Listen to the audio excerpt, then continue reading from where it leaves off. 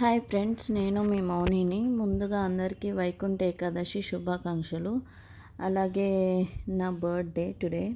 So అందరి blessings నాకు ఉండాలని మనస్ఫూర్తిగా కోరుకుంటున్నాను.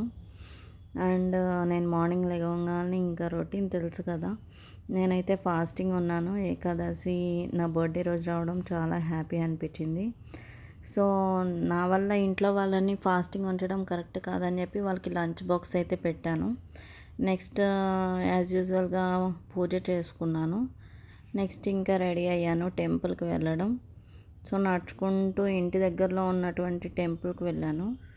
అక్కడైతే క్రౌడ్ అసలు మామూలుగా లేదు. సో ఎందుకులే అని చెప్పేసి కొంచెం లేట్ వెళ్ళాను. అప్పుడైనా కొంచెం క్రౌడ్ తగ్గిద్దని.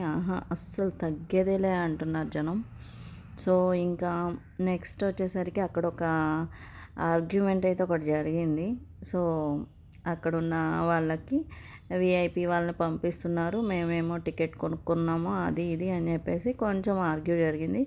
సో ఇంకా అది ఓకే అని చెప్పేసి కొంచెం కూల్ అయిన తర్వాత దర్శనం అయిపోయింది. కంప్లీట్గా బాగా జరిగింది దర్శనం అయితే.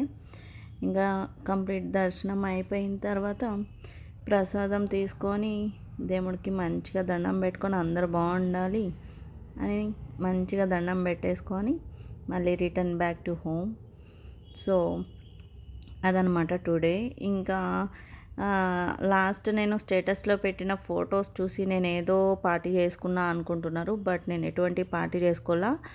నాకు తెలిసిన సిస్టర్ బర్త్డేకి ఇన్వైట్ చేసింది. సో తన బర్త్డే టైంలో నేను కూడా తనది 28 నా 30 అని చెప్పి లాస్ట్లో ఒక 2 పిక్స్ అయితే దిగాను. Anyway, thank you so much my dear guys. Thank you.